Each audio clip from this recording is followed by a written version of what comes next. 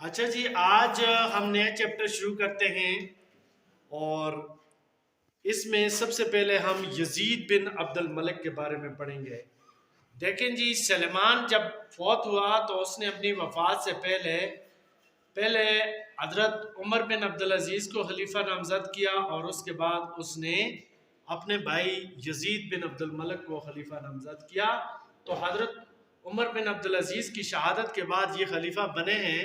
ان کا عہد حکومت 719 تا 724 عیسوی رہتا ہے، یا ہجری کے حساب سے 101 تا 105 ہجری ہے۔ سب سے پہلے اس کا تعارف اور تخت نشینی پڑھتے ہیں۔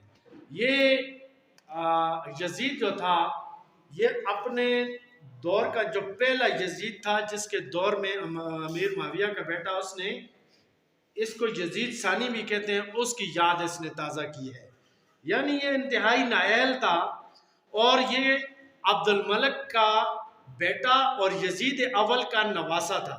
یعنی جو پہلا یزید تھا اس کی بیٹی اس کی ماں تھی۔ عبد الملک نے یزید کی بیٹی عاتکہ سے شادی کر لی تھی۔ عبد الملک نے، عاتکہ نام تھا، یزید ثانی اسی کا بیٹا تھا۔ تو یہ سلمان بن عبد الملک کی وصیت کے مطابق خلیفہ بنتا ہے، اور یزید ثانی نے یزید اول کے دور کی، میں نے آپ کو بتایا، یاد تازہ کی ہے، اور یہ جیسے ہی خلیفہ بنتا ہے یہ دوبارہ سے عیاشی شروع کرتا ہے۔ دوبارہ سے حضرت عمر بن عبدالعزیز نے جو اصلاحات کی تھی، بیت المال کو ٹھیک کیا تھا، زمینیں واپس کی تھی، ظلم اور جبر ختم کیا تھا، وہ ساری کی ساری چیزیں دوبارہ واپس لوٹ کے آتی ہیں۔ تو اب اس کی ہم پڑھتے ہیں انتظامیہ کی تبدیلی۔ یزید نے تخت نشین ہوتے ہی انتظامیہ تبدیل کی۔ کس طریقے سے؟ اس نے ابو بکر بن محمد گورنر مدینہ کو معزول کر کے عبد الرحمن بن زحاک کو مدینہ کا گورنر بنایا۔ اسی طرح حضرت عمر بن عبدالعزیز نے اہل یمن کا ٹیکس بہت کم کر دیا تھا، یزید نے پھر زیادہ کر دیا۔ اسی طرح محمد بن مروان کی وفات کے بعد مسلم بن عبد الملک کو جزیرہ آذربائیجان اور آرمینیا کا والی مقرر کیا۔ یعنی اس نے انتظامیہ میں یہ تبدیلی کی۔ اس کے بعد آتا ہے یزید بن محلب اور یزید بن عبد الملک۔ دیکھیں جی، یزید بن محلب، میں نے آپ کو بتایا تھا کہ محلب بہت بڑا لیڈر تھا، بہت بڑا سپہ سالار تھا، جس نے خارجیوں کو ختم ہی کر دیا تھا، بہت بڑا جرنیل تھا۔ تو یہ یزید بن محلب، یہ محلب کا بیٹا تھا، اور حضرت عمر بن عبدالعزیز نے اس کو قید کر دیا تھا۔ اس سے پوچھا تھا کہ یہ جو مال غنیمت ہے اس کا حساب دیں، یہ نہیں دے سکا، اس کو جیل میں ڈال دیا۔ اب اس طرح ہوتا ہے کہ جب یزید خلیفہ بنتا ہے تو یہ جیل میں ہی تھا۔ اس کو پتہ چلتا ہے کہ یزید جو ہے یہ خلیفہ بن گیا ہے، تو یزید بن عبد الملک کی بیوی جو تھی، اس کے خاندان کو بھی اس نے بہت زیادہ محلب نے ٹارچر کیا تھا، اور اس کو یقین تھا کہ یہ یزید مجھے سخت سزا دے گا۔ اس لیے کہتے ہیں کہ یزید بن محلب جیل میں بعض لوگوں کو رشوت دی، اس نے کچھ لوگوں کو اپنے ساتھ ملایا، اور کہا جاتا ہے کہ ایک سبزی کا بہت بڑا ٹوکرا تھا، اس میں چھپ کے اس کو قلعے سے باہر نکالا گیا، اور یہ وہاں سے بھاگ گیا، اور وہاں سے بھاگ کر یہ فرار ہو کر یہ چلا گیا یہ عراق اور اس کے مختلف علاقوں میں۔ آگے ہم آتے ہیں یزید بن محلب کی معافی۔ بعد میں یزید بن عبد الملک نے یزید بن محلب کو معاف کر کے امان نامہ بھی دے دیا۔ یزید نے مال اور دولت سے بصرہ کے لوگوں کو اپنی طرف مائل کیا، اور وہاں پہ جو یزید کا گورنر تھا عدی، وہ کنجوس تھا، تو اس لیے لوگ زیادہ سے زیادہ یزید بن محلب کے ساتھ جمع ہوتے گئے، اس کی طاقت بڑھتی گئی، اور اس یزید بن محلب جو تھا، اس نے بہت بڑی اپنے پاس فوج بھی اکٹھی کر لی۔ آگے آتا ہے عبد الملک بن محلب کی شکست۔ یہ یزید بن محلب نے اپنے بھائی مروان بن محلب کو بصرے کا گورنر مقرر کیا، بعد میں خود واسط چلا آیا۔ عبد الملک بن محلب کو کوفہ کی طرف پیش قدمی کی ہدایت کی۔ عبد الملک بن محلب کا مقابلہ عباس بن ولید سے ہوا۔ عبد الملک کو شکست کا سامنا کرنا پڑا۔ عبد الملک واپس یزید بن محلب کے پاس چلا آیا۔ اس دوران مسلمہ بن عبد الملک، یہ اس یزید کا بھائی تھا، اس نے دریائے فرات کو پار کر کے اس کا یزید بن محلب پر حملہ کیا۔ محلب کے پاس اس وقت کہتے ہیں کہ تقریباً 1,00,000 سے 1,20,000 فوج تھی۔ مروان میں محلب بصرہ میں لوگوں کو یزید بن محلب کا ساتھ دینے پر ابھار رہا تھا، لیکن ایک بات آپ کو بتاتا ہوں کہ یہ یزید بن محلب جو تھا لوگوں سے کہہ رہا تھا کہ یہ کفار سے لڑنا اور بنو امیہ سے لڑنا برابر ہے، کیونکہ یہ غاصب ہیں، انہوں نے حکومت پہ قبضہ کیا ہوا ہے۔ اسی دوران حسن بصری جو تھے وہ کہہ رہے تھے، انہوں نے لوگوں سے کہا کہ بھائی یہ وہی یزید بن محلب ہے جس کی تلوار بنو امیہ کے لیے کل چلتی تھی اور آج ان کا مخالف ہو گیا۔ تو لوگوں سے کہا یہ غلط کہتا ہے، اس کی باتوں پر آپ عمل نہ کریں، تو اس لیے لوگوں نے یزید بن محلب کا پھر ساتھ نہیں دیا۔ پھر اس طرح ہوتا ہے، آگے میں آپ کو بتاتا ہوں کہ یہ یزید بن محلب جو ہے اس کے ساتھ یہ بنو امیہ کے جو لوگ تھے ان کی تقریباً 8 دن تک یزید بن محلب اور مسلمہ بن عبد الملک ایک دوسرے کے آمنے سامنے صف آرا رہے، اور اگلے دن یعنی 9ویں دن جو ہے انہوں نے فوجوں کو ترتیب دیا۔ دوسری طرف عباس بن ولید نے بھی صف آرائی کی، دونوں فوجیں بڑی بہادری سے لڑیں، جنگ میں کافی تیزی پیدا ہو گئی، سخت مقابلہ ہوا۔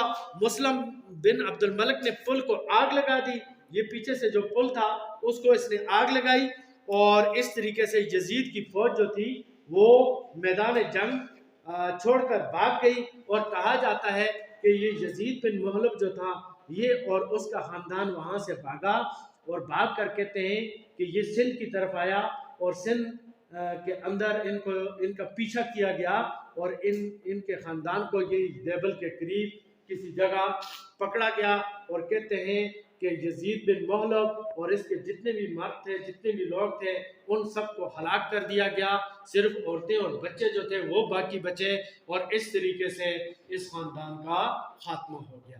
تو یہ تھا جی احوال یزید بن محلب کا، اور یہ محلب بہت بڑا خاندان تھا، تو ان کا بہت بڑا قبیلہ بھی تھا، اس سے بہت زیادہ بدمزگی پیدا ہوئی، اور لوگ بنو امیہ کے اور زیادہ خلاف ہو گئے۔ اس کے بعد آتا ہے عراق و خراسان پر مسلمہ کا تقرر۔ یہ مسلمہ یہ یزید کا بھائی تھا، ٹھیک ہے۔ عبد الملک نے بنو محلب کا مکمل طور پر جب اس کا خاتمہ ہو گیا تو اس نے عراق اور خراسان پر مسلمہ کو یزید نے اس کا گورنر بنا دیا۔ ہشام اور ولید کی ولی عہدی۔ اس کے بعد جی عباس بن ولید نے مشورہ دیا کہ عبدالعزیز بن ولید کو ولی عہد نامزد کیا جائے، لیکن جب مسلمہ کو معلوم ہوا تو اس نے مشورہ دیا کہ پہلے ہشام بن عبد الملک کو ولی عہد بنایا جائے، یعنی یزید سے کہا کہ آپ کے بعد ہشام جو ہے وہ خلیفہ ہوگا۔ مسلمہ کی معزولی۔ مسلمہ بن عبد الملک عراق اور خراسان سے خراج کی رقم دمشق نہیں بھیجتا تھا، اس پر یزید نے اس سے بات پرس کی تو اس نے مختلف بہانے بنائے، تو اس پر یزید نے مسلمہ کو گورنری سے ہٹا دیا۔ آگے آتا ہے مارکہ مرج حجارہ۔ یہ مارکہ مرج حجارہ یہ کیا ہے؟ یہ جزیرہ اور آرمینیا سے ابن ہیرا کے یہ پہلے وہاں کا گورنر تھا، چلے جانے کے بعد یہ وہاں پہ اسلامی جو فوجیں تھیں اس کا نیا سپہ سالار مقرر کیا گیا۔ ترکوں نے متحدہ ہو کر، یہ پورا علاقہ جو تھا ترکوں کا تھا، انہوں نے ایک ساتھ ہو کر مسلمانوں پر حملہ کیا، اور مرج حجارہ میں مسلمانوں کو شکست ہوئی۔ اور یہ جب شکست کی خبر یزید کو پہنچی تو اس نے کیا کیا، جراح بن عبداللہ کو آرمینیا اور جزیرہ کا گورنر مقرر کیا۔ جراح نے فوجی تیاریاں مکمل کر کے ترکوں کی فوج پر حملہ کیا، اور پھر ترکوں کے ساتھ سخت مقابلہ ہوا، لیکن یہاں پہ اس ترکوں نے بڑی بہادری سے مقابلہ کیا، لیکن یہاں پہ ترکوں کو شکست ہوئی، اور بہت سارے قلعے مسلمانوں کے قبضے میں آ گئے، اور کچھ علاقوں نے جزیہ دینا قبول کر لیا۔ جراح جو ہے آگے اس نے پیش قدمی جاری رکھی، پھر آگے بہت سارے علاقے اس نے فتح کر دیے۔ آگے ہم پڑھتے ہیں عبد الرحمن بن زحاق کی معزولی۔ یہ عبد الرحمن بن ضحاک عمر بن عبدالعزیز کے دور سے حجاز کا گورنر تھا، بڑا زبردست آدمی تھا۔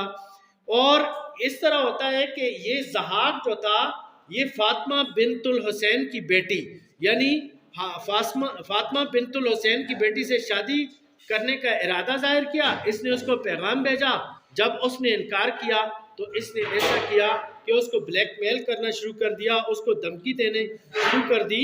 تو اسی دوران مدینہ منورہ سے ہرمز نامی شخص یزید بن عبد الملک کے پاس جا رہا تھا، تو اس فاطمہ بنت الحسین نے اس کے ذریعے یزید تک پیغام بھیجا کہ بھائی یہ شخص مجھے تنگ کرتا ہے اور میرے ساتھ شادی کرنا چاہتا ہے۔ اسی طریقے سے کہتے ہیں کہ فاطمہ بنت الحسین نے اپنی طرف سے ایلچی بھی یزید کے پاس بھیجا۔ جب یزید کو اس کا پتہ چلا تو اس نے عبد الرحمن بن ضحاک کو وہاں سے گورنری سے معزول کر دیا، معزول کر کے اس کو بھیج دیا گیا اور اس کے اوپر بہت بڑا کہتے ہیں جرمانہ ادا کیا گیا، اس کے اوپر لگایا گیا۔ یہ جرمانہ ادا نہ کر سکا اور بعد میں کوشش بھی کی گئی کہ اس کو معاف کر دیا جائے، لیکن یزید بن عبد الملک نے اسے معاف نہیں کیا اور اسی حالت میں کہا جاتا ہے کہ اس کی وفات ہو گئی۔ آگے سعید قریشی کی معزولی۔ یہ سعید قریشی ابن ہیرا کی طرف سے خراسان کا عمل تھا۔ اس نے خلیفہ کے ساتھ براہ راست یہ خط و کتابت کرتا تھا، درمیان میں یہ والی کو نہیں پوچھتا تھا۔ تو اس کا یہ رزلٹ نکلا۔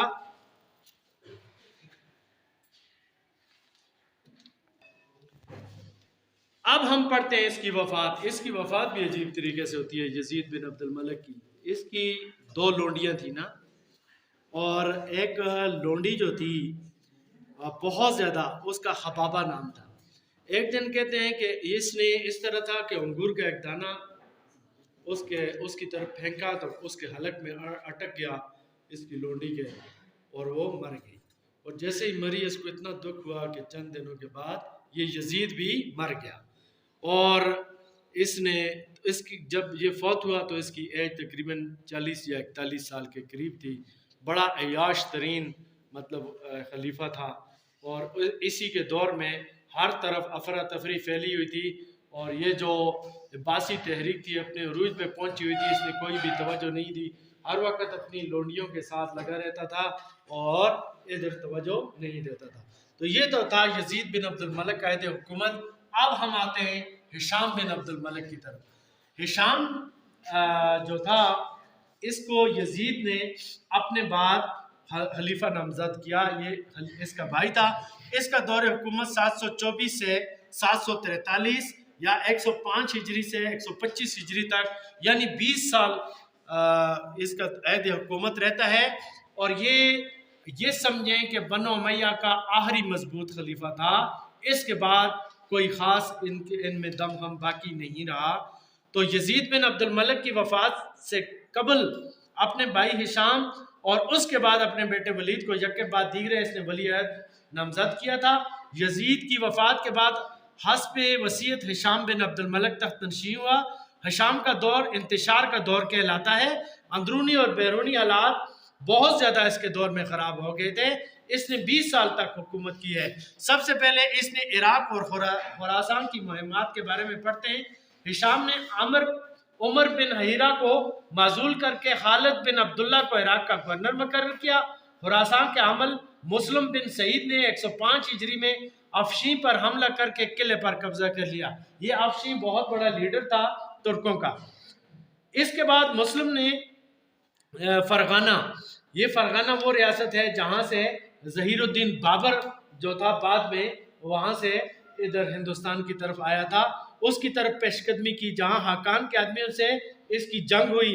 اسی طرح مسلمانوں کو اس میں کافی نقصان پہنچا۔ اس کے بعد فرغانہ کی ایک نہر کے قریب مسلمانوں کا مقابلہ یہ حاکان کے بیٹے سے ہوا، جس کے پاس 2 لاکھ کا لشکر تھا۔ اس جنگ میں حاکان کا بیٹا اور دوسرے بہت سارے سردار مارے گئے۔ مسلمانوں کو اس میں کامیابی حاصل ہوئی۔ ہشام نے مسلم کو معزول کر کے اسد بن عبداللہ کو خراسان کا بعد میں گورنر بنایا، جو خالد کا بھائی تھا۔ مسلم نے خندہ پیشانی سے اپنی معزولی کی فرمان کو تسلیم کیا۔ ہشام نے قبائلی تعصب کی وجہ سے اسد کو معزول کر کے یہ امیر اشرس بن عبداللہ سلمی کو خراسان کا پھر گورنر مقرر کیا. یہ بہت عالم فاضل اور متقی انسان تھا. اور حاکان حاکم ترکستان نے مسلمانوں کے ایک شہر مکرجہ کا محاصرہ کیا، لیکن چند شرائط منوانے کے بعد حاکان نے شہر کا محاصرہ اٹھا لیا. 111 ہجری میں ہشام نے اسرس کو معزول کر کے جنید بن عبد الرحمن کو گورنر مقرر کیا. حاکان نے بہارا اور سمرقند پر حملے کیے، لیکن جنید نے ان حملوں کو ناکام بنایا. آگے آرمینیا اور آذربائیجان کی مہمات کے بارے میں پڑھتے ہیں. ہشام دور کا یہ دوسرا بڑا محاذ تھا جہاں تقریباً 8 سال تک جنگ جاری رہی. حاکان نے حملہ کیا لیکن اسے پسپا ہونا پڑا. اسی طرح جراح بن عبداللہ حکمی نے حضر پر چڑھائی کی، لیکن بعد میں وہ جنگ میں مارا گیا. اس کے بعد سعید مریشی نے ترکوں کے کافی علاقوں پر قبضہ کر لیا. سعید نے حاکان کے بیٹے کو شکست دے کر ورسان کے شہر پر قبضہ کیا. حاکان نے تیاری کر کے دوبارہ حملہ کیا لیکن ناکام ہوا. اسی طرح 113 ہجری میں ہشام نے مسلمہ بن عبد الملک کو گورنر مقرر کیا. حاکان کا بیٹا مقابلے میں مارا گیا اور اس طریقے سے یہاں پہ بہت سارے علاقے مسلمانوں کے قبضے میں آ گئے. پھر اہل سمرقند کا اسلام لانا. 110 ہجری میں ابو سعید اور صالح اور ربی بن عمر عمران تمیمی سمرقند کی طرف اسلام کی تبلیغ کے لیے روانہ ہوئے. لوگوں کو اسلام کی دعوت دی اور ان کی دعوت پر بہت زیادہ بلکہ پورے علاقے نے اسلام قبول کر لیا. اب مروان بن محمد کی فتوحات ہم پڑھتے ہیں. یہ مروان جو ہے آرمینیا کی طرف روانہ ہوا. ہشام نے اس کی مدد کے لیے شام، عراق اور جزیرہ سے بہت بڑی فوج بھیجی. مروان نے بادشاہ حضر سے مصالحت کی درخواست کی اور مدن کے خلاف جہاد کا ارادہ ظاہر کیا. شہنشاہ حضر نے صلح نامہ تحریر کرنے کے لیے وفد روانہ کیا. مروان نے وفد کو روک کر جنگی تیاریاں شروع کر دی اور جب تیاریاں مکمل ہو گئیں تو وفد کو رہا کر کے اعلان جنگ کر دیا. شاہ حضر جنگ سے فرار چاہتا تھا، چنانچہ وہ اپنی سلطنت کے آخری حصے پر چلا گیا. مروان نے عظیم و شان فتوحات حاصل کر لی اور اس کے بہت سارے علاقے فتح ہو گئے. اسی طرح حرس بن شری کا عروج. یہ دیکھیں جی، یہ حرس خراسان کا نامور سردار تھا اور اس شخص نے کالے رنگ کے کپڑے بنائے اور کتاب اللہ اور سنت رسول اور بیت امام رضا کی دعوت کا اس نے آغاز کیا اور بہت زیادہ لوگ اس کے ارد گرد جمع ہو گئے. کہتے ہیں کہ 4000 کا لشکر تیار کر کے اس نے بلخ کا رخ کیا. نصر بن سیار نے مقابلہ کیا لیکن شکست کھائی. حرس نے بلخ پر قبضہ کر لیا. اسی طریقے سے اور بھی اس کے ساتھ لوگ شامل ہوتے گئے. بعد میں ہم پڑھتے ہیں جی اسد کی تقرری. ہشام بن عبد الملک نے اسد کو خراسان کا بعد میں گورنر مقرر کیا. عاصم کو معزول کر دیا. عاصم نے حرس کے ساتھ یہ بھی مل گیا. حرس بن شری. اسد نے حرس کی طاقت ختم کرنے کے لیے عبد الرحمن بن نعیم کی سرکردگی میں لشکر روانہ کیا. اسد نے بذات خود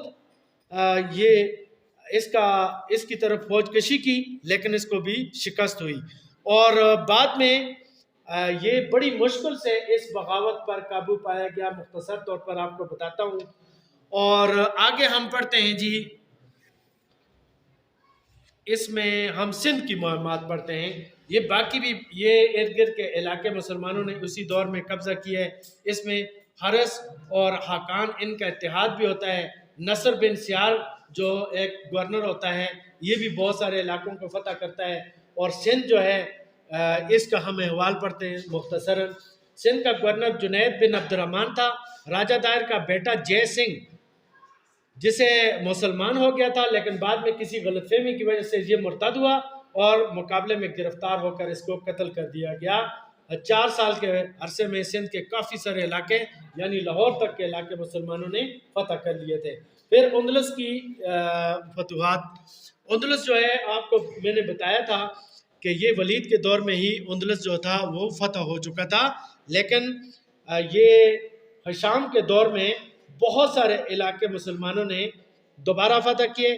والی اندلس امیر انصا نے فرانس کے اندر کافی پیش قدمی کی لیکن بدقسمتی سے ایک دہقانی دستے کے ہاتھوں مارا گیا. اس کے بعد عبد الرحمن غافقی نے حکومت سنبھالی.